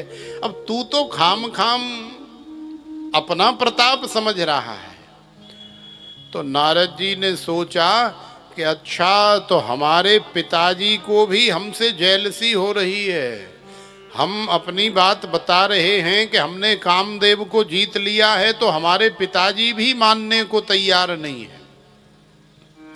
खैर कोई बात नहीं, भाई भाई में आपस में जलन होती है, कोई तरक्की करे, पिता पुत्र में भी होती है। क्योंकि ये संसार है ना, यहाँ तो काम क्रोध लोभ मोह मद मत्सर अहंकार सबके अंदर है। मेरी एक आंख फूटे तो अभाल फूट जाए, लेकिन जा लाल सूट वाली मैया की दोनों फूटनी चाहिए। ये क्या है? ये जेलसी है, ये ईर्ष्या है अंदर से। ये बहुत सुंदर सूट पहन के आई है, अब मेरे पास ऐसी सामर्थ्य नहीं है कि मैं पहन सकूं, तो फिर क्या सोचेंगे कि इसकी दोनों फूट जाए। मैं तो एक से ही काम चला लूंगी, लेकिन इसकी दोनों फूट जाए। मेरी एक टांग टूटे तो अभाल टूट जाए, लेकिन जा हरी साड़ी वाली की तो दोनों टूटनी चाहिए। ये क्या है? ये जेलसी है, ये ईर्ष्या है जो हर जीव के अंदर बसी हुई है। खैर कोई बात नहीं, हमारे पिताजी जल रहे हैं, हमने तरक्की कर ली, कामदेव को जीत लिया है, तो हमारे पिताजी को भी जलन हो रही है। तो ब्रह्मा जी के पास से फिर नारद जी भोले बाबा के ही पास गए, सीधे भोले बाबा को प्रणाम किया और अपनी सारी कहानी भोले बाबा को भी सुनाई। तो भोले बाबा मुस्कुराए, बोले अच्छा बेटा, कोई नहीं, अहंकार का पत्थर तुमने भी अपने मन मस्तिष्क के ऊपर लाद लिया है। भोले बाबा अपने मन में सोच रहे हैं कि यदि कोई किसी जलाशय, यदि कोई किसी समुद्र या किसी भव सागर या फिर किसी नदी इत्यादि को पत्थर पत्थर की नाव बना करके पार करना चाहे तो उसके लिए पार करना संभव नहीं है। तो ये पत्थर की नाव क्या है? ये पत्थर की नाव कोई और नहीं, हमारा खुद का बनाया हुआ अहंकार ही है, जो पत्थर की नाव है, जो हमें इस भवसागर में ले करके डूब मरता है। तो भोले बाबा समझ गए कि ये पत्थर की नाव में नारद डूब मरेगा, तो समझाया। बोले बेटा ठीक है, बहुत अच्छा किया तुमने, करना चाहिए, बहुत बढ़िया तरक्की की है तुमने, ऐसी तपस्या की है जो आज तक किसी ने नहीं की। लेकिन निवेदन ये है कि आपने हमें तो ये सारी बात, सारी घटना बताई, अब इसे और किसी से मत कहना, क्योंकि भोले बाबा जानते हैं कि ये बिना कहे मानेगा नहीं। विष्णु भगवान के पास जाता रहता है, वहां भी जाकर के कहेगा तो फिर इसका अनर्थ हो जाएगा। तो भोले बाबा ने समझाया, लेकिन नारद जी ने कहा अच्छा, भोले बाबा भी चाहते हैं कि हम किसी को न बताएं ताकि हमारा नाम न हो। ऐसा कैसे हो सकता है? हमारा मन जिसे करेगा वहीं जा करके बताएंगे। तो श्री नारद जी विष्णु भगवान के पास गए, क्षीर सागर में गए। तो वैसे तो जब भी नारद जी विष्णु भगवान के पास जाते हैं ना, तो हमेशा साष्टांग प्रणाम करते हैं, बड़ी सहजता, बड़ी सरलता, बड़ी विनम्रता से मिलते हैं। लेकिन इस बार नारद जी गए तो नारद जी ने विष्णु भगवान को प्रणाम ही नहीं किया, और बिना प्रणाम किए विष्णु भगवान के समकक्ष ही, माने बिल्कुल पास में ही जाकर के बैठ गए। तो जब पास में जाकर के बैठ गए तो विष्णु भगवान भी समझ गए कि इनके अंदर अहंकार आ गया। तो विष्णु भगवान को अपनी सारी कथा सुनाने लग गए। तो विष्णु भगवान तो अंतर्यामी हैं ही, सब जानते हैं कि भोले बाबा का प्रताप है, लेकिन नारद उसे अपना प्रताप समझ रहा है। तो विष्णु भगवान ने नारद जी को बहुत समझाया, लेकिन नारद जी नहीं माने। नारद जी ने सोचा कि विष्णु भगवान भी हमारी तपस्या और हमारी उपलब्धि से जल रहे हैं। तो नारद जी विष्णु भगवान को राम राम करके आगे चलते बने। तो देखो, विष्णु भगवान तो छलिया हैं ही, विष्णु भगवान तो माया के पति हैं ही। तो भगवान विष्णु ने माया से नारद जी जिस रास्ते में जा रहे हैं वहां पर माया का एक नगर प्रकट कर दिया। और वो नगर कोई छोटा मोटा नगर नहीं है, बड़ा भयंकर बड़ा नगर है। उसमें बड़े बड़े भवन बने हैं, उसमें पहाड़ भी हैं, उसमें नदियां भी हैं, उसमें सरोवर भी हैं, उसमें बड़े सुंदर सुंदर नर नारी देवताओं के समान इतना सुरम्य, इतना सुंदर नगर विष्णु भगवान ने माया से बनाया कि नारद जी जब उस नगर से गुजरे तो नारद जी को पता लगा कि यहाँ किसी राजा की कन्या का विवाह है। माने इस क्षेत्र का जो राजा है उसका नाम है सील निधि और उसकी पुत्री का नाम है विश्वमोहिनी। तो विश्वमोहिनी का विवाह है और पहले विवाह हुआ करता था तो कन्या का स्वयंवर होता था। स्वयंवर तो जानते हैं ना, माने कन्या स्वयं वरण करती थी कि 1000 लड़के बैठे हुए हैं, उन 1000 लड़कों में से कन्या को कौन सा लड़का पसंद है ये कन्या स्वयं वरण करती थी। लेकिन बिठाए जाते थे। अब किसी राजकुमारी का स्वयंवर है तो राजाओं के लड़के बिठाए जाते थे, लड़के नहीं है तो खुद राजा ही आकर के बैठ जाते थे। अब अब ये तो एज यू लाइक है, ये तो कन्या के मन के ऊपर डिपेंड करता है कि वो किसका वर्ण करती है। तो राजा शील निधि ने नारद जी का स्वागत सत्कार किया, वंदन अभिनंदन किया, अंदर ले गए, खिलाया पिलाया और फिर अपनी कन्या विश्वमोहिनी का हाथ दिखाया। अरे महाराज देखो, आप तो त्रिकालज्ञ हैं कि हमारी कन्या के जीवन में, हमारी कन्या के भाग्य में कैसा पति है, कैसा वर है। जैसे ही विश्वमोहिनी का हाथ नारद जी ने पकड़ा, विश्वमोहिनी तो आप जानते ही हैं कि विश्वमोहिनी है, सारे विश्व को मोहित करने वाली ये विश्वमोहिनी का जैसे ही स्पर्श हुआ, नारद जी के अंदर तो कामदेव दौड़ने लगा। नारद जी ने विश्वमोहिनी का हाथ देखा तो हाथ देख करके नारद जी को पता लगा कि जो भी इस कन्या का वर्ण करेगा या ये कन्या जिस वर का वर्ण करेगी वो विश्व विजयी होगा, वो अमर हो जाएगा, वो अजय हो जाएगा। तो नारद जी के मन में खोट आ गया। क्यों आ गया? क्योंकि नारद जी के ऊपर कामदेव सवार हो गए। नारद जी को अहंकार हो गया है ना, अभिमान हो गया है कि हमने अपने बल से कामदेव को जीत लिया है। तो देखो, ये उस अहंकार को ही नष्ट करने के लिए भगवान ने अपनी माया रचाई।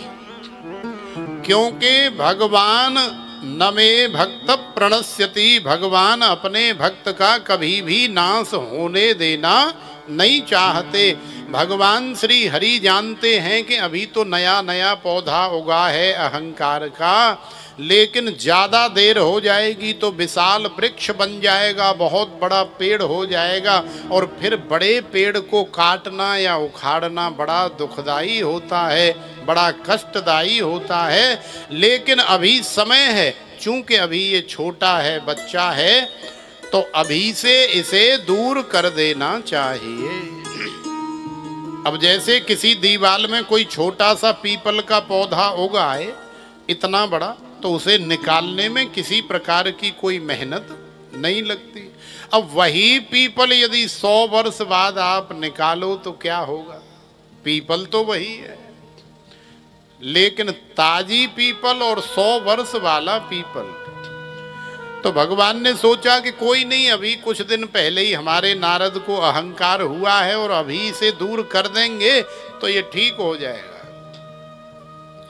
क्योंकि भगवान अपने भक्त के अंदर अहंकार नहीं रहने देते। अहंकार ही जीव के मूल का, जीव के पतन का मूल कारण है। रावण का भी नाश अहंकार ने किया।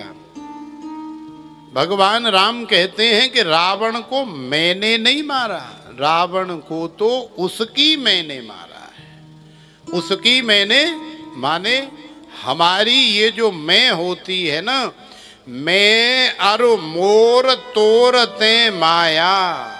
भगवान की माया क्या है? ये मेरा है, ये तेरा है, ये हमारी मैया का है, ये हमारे पिताजी का है, ये हमारी बहन जी का है, ये हमारी काकी चाची मामी दादी का है। तो ये जो मेरा और तेरा है, यही भगवान की माया है।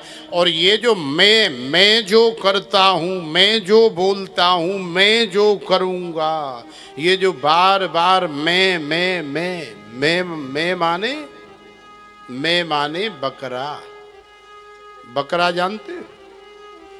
बकरा क्या करता है?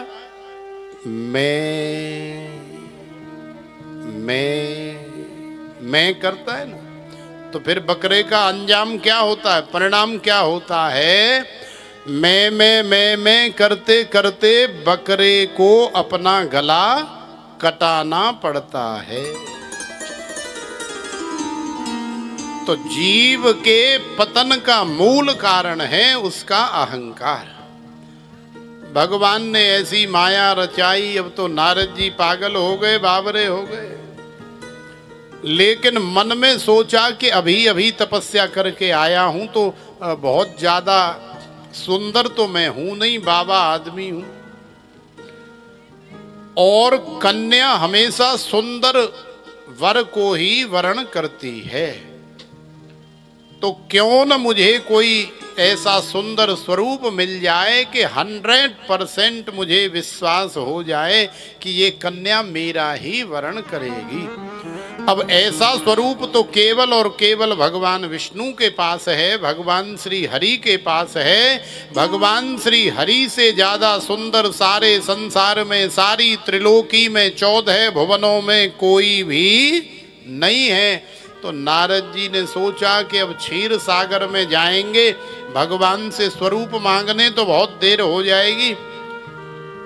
अब वैसे तो हरे व्यापक सर्वत्र समाना, प्रेम ते प्रकट होए मैं जाना। तो शील निधि के भवन से बाहर निकलते ही नारद जी ने भगवान को साष्टांग प्रणाम किया। ये वही नारद हैं जो अभी थोड़ी देर पहले क्षीर सागर में भगवान से मिल के आ रहे हैं। वहां जाके भगवान को प्रणाम नहीं किया, नीचे नहीं बैठे, कोई नम्रता, विनम्रता, सहजता, सरलता नहीं दिखी, वहां अहंकार में बोल रहे थे।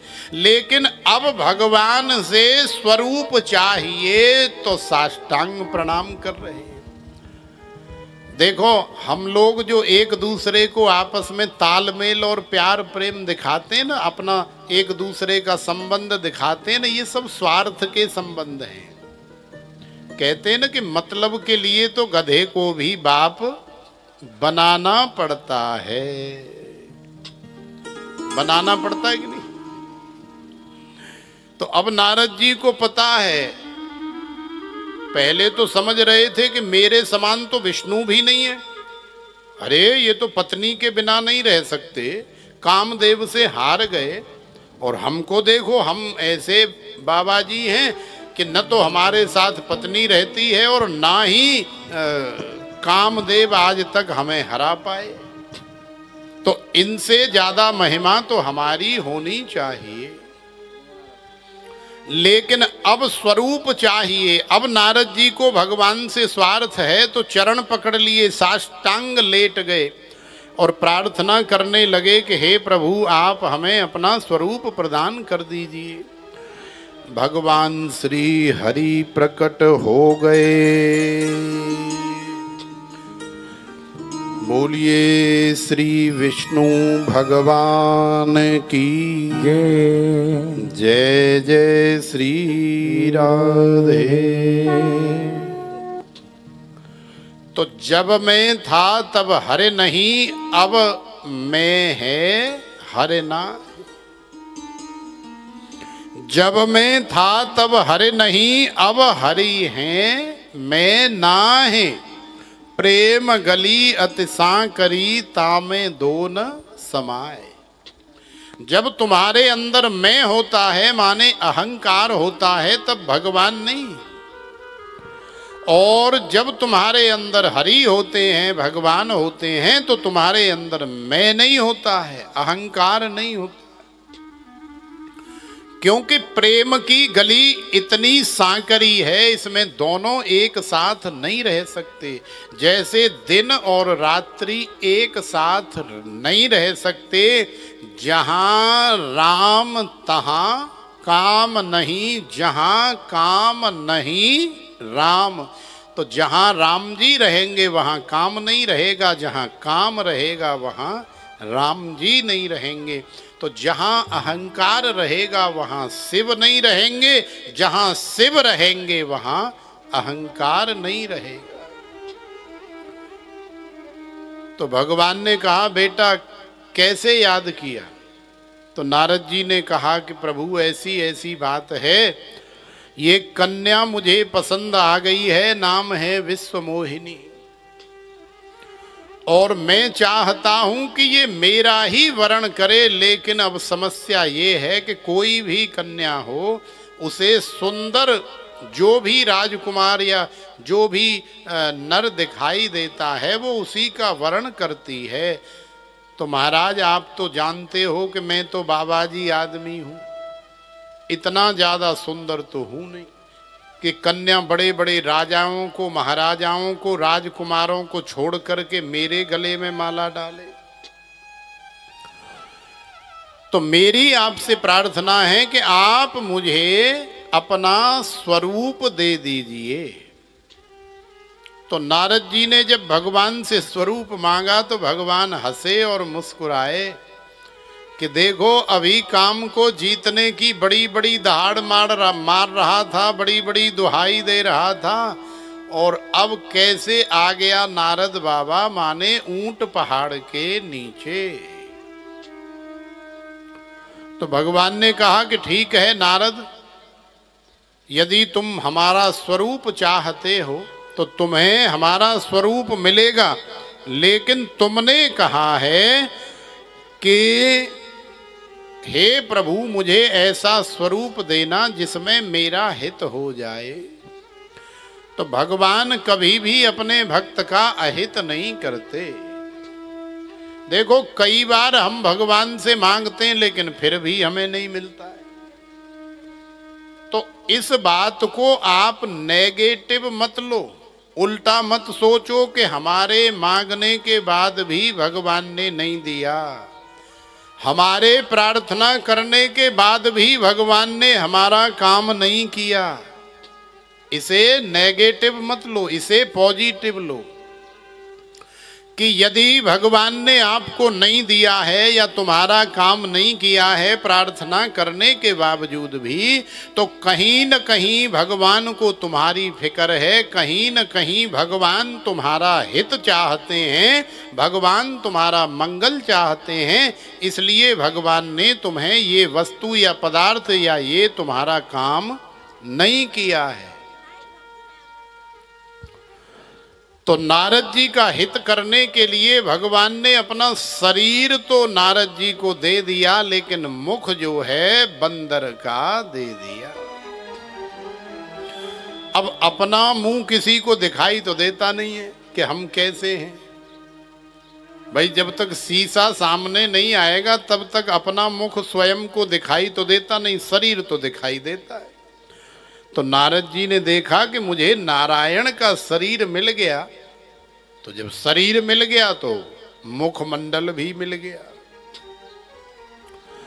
तो नारद जी बड़े विश्वास के साथ उस स्वयंवर में सबसे आगे वाली सीट पर जाके बैठे।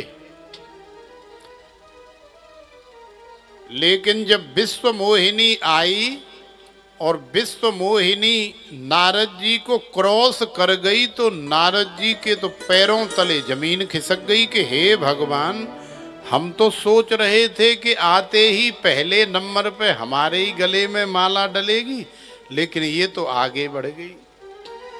ऐसा कैसे हो सकता है? अरे, नारायण का शरीर लेकर के बैठा हूं मैं, नारायण से ज्यादा परम सुंदर इस त्रिलोकी में 14 भुवनों में कोई राजा, कोई राजकुमार, कोई महाराजा हो ही नहीं सकता है। नारद जी को बड़ी चिंता हुई। नारद जी वहां से उठे, बीच में जाकर के बैठ गए, लेकिन फिर भी राजकुमारी ने नहीं देखा। नारद जी और आगे जाकर के बैठ गए, तो राजकुमारी को गुस्सा आया कि ये बाबा जो है बार बार आकर के और आगे बैठ जाता है, जबकि इसके गले में माला डालने का हमारा कोई मन नहीं है, लेकिन फिर भी ये बार बार आ रहा है, बंदर कहीं का। क्योंकि राजकुमारी तो देख रही है कि बंदर का मुख है और नारद जी को दिखाई नहीं दे रहा है। नारद जी सोच रहे हैं कि मैं नारायण हूं। शिव जी के गण भी वहां विद्यमान हैं, भगवान के पार्षद भी वहां विद्यमान हैं। जब राजकुमारी ने, विश्व मोहिनी ने नारद जी को डांट लगाई कि अरे मूर्ख, अरे दुष्ट, अरे नटखट बंदर, तू अपनी शकल देख करके आ। तेरी शकल है बंदर के जैसी, भालू के जैसी, और तू चाहता है कि मैं तेरे गले में माला डालूं। कभी यहाँ बैठता है, कभी वहाँ बैठता है, कभी यहाँ बैठता है। तेरे इधर उधर से पलटी मारने से, बैठने से क्या तू समझ रहा है कि मैं तेरा वर्ण करूंगी? तो जब विश्व मोहिनी ने ऐसी डांट फटकार लगाई तो नारद जी के तो होश उड़ गए। अब तो नारद जी को विश्वास ही नहीं हो रहा है कि ये मुझे बंदर भालू कैसे कह सकती है, मैं तो नारायण स्वरूप हूं। नारद जी भयंकर क्रोध में तिलमिला उठे और उस भवन से बाहर निकल करके जाके जब जलाशय में देखा अपना मुख, तो नारद जी के पैरों तले जमीन खिसक गई।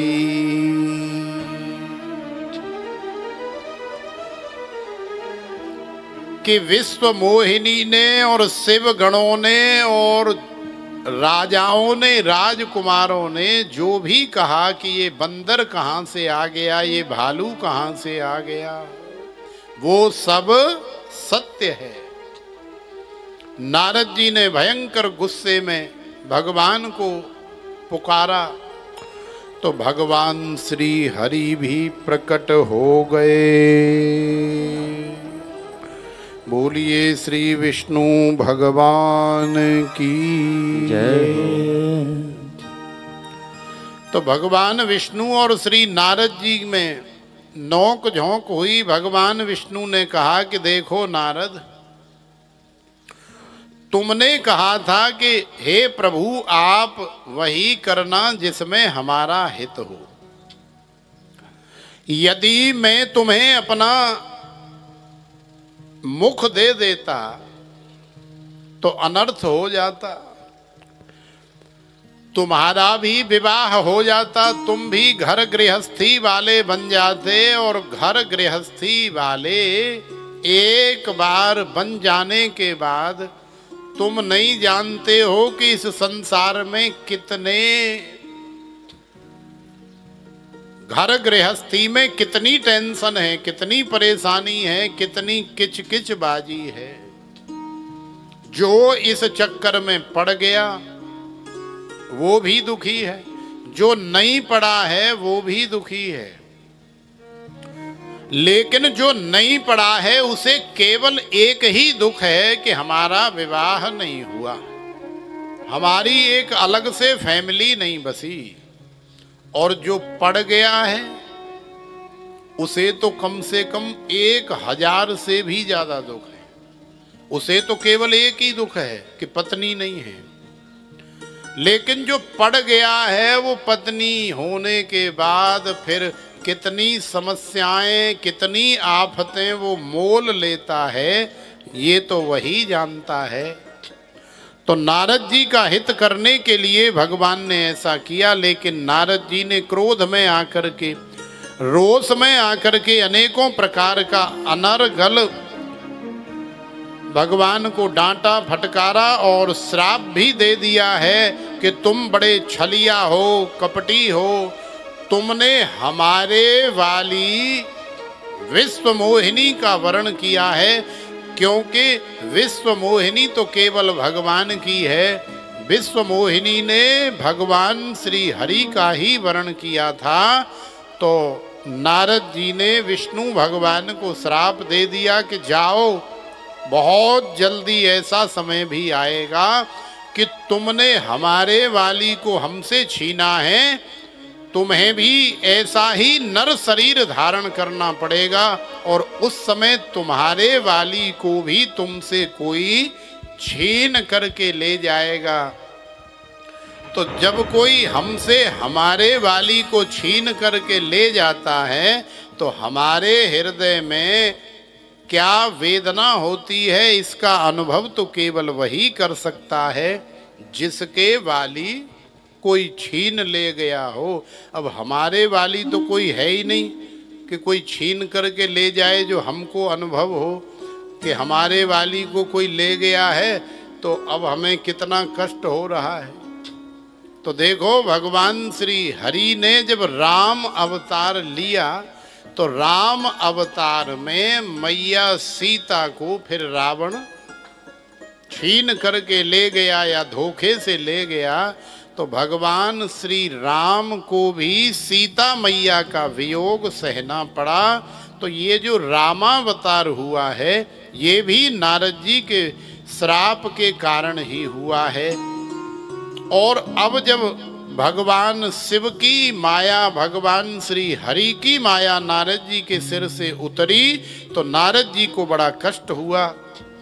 नारद जी ने भगवान श्री हरि के चरण पकड़े, क्षमा प्रार्थना करी, तो नारद जी को फिर भगवान श्री हरि ने भी शिव सतनाम या शिव सहस्र नाम नित्य पाठ करने का उपदेश प्रदान किया कि आप इसका पाठ करोगे तो निश्चित ही भगवान शिव की कृपा होगी, क्योंकि भोलेनाथ की कृपा से ही तुमने काम के ऊपर विजय प्राप्त की थी। तो देखो माताओं, बहनों, भाइयों, बंधुओं, अब विश्राम होने ही वाला है कुछ ही क्षणों में, लेकिन आज का मुख्य संदेश यही है कि हम लोग जो सोचते हैं ना कि ये मैंने किया, ये उसने किया, ये उसने किया, ये मैंने किया, ये वास्तविकता नहीं है। यदि कुछ अच्छा होता है तो भी भगवान ही करते हैं या भगवान की कृपा से होता है, और यदि कुछ बुरा भी होता है तो भी भगवान करते हैं या भगवान की इच्छा से ही होता है। यही आज का मुख्य संदेश है कि आपके साथ अच्छा हो तो भी, बुरा हो तो भी, आप भगवान की कृपा को दोनों तरह से स्वीकार कीजिए, अपनाने का प्रयास कीजिए, मानिए। यही जीवन का सार है, इसी से हमारा जीवन धन्य होगा।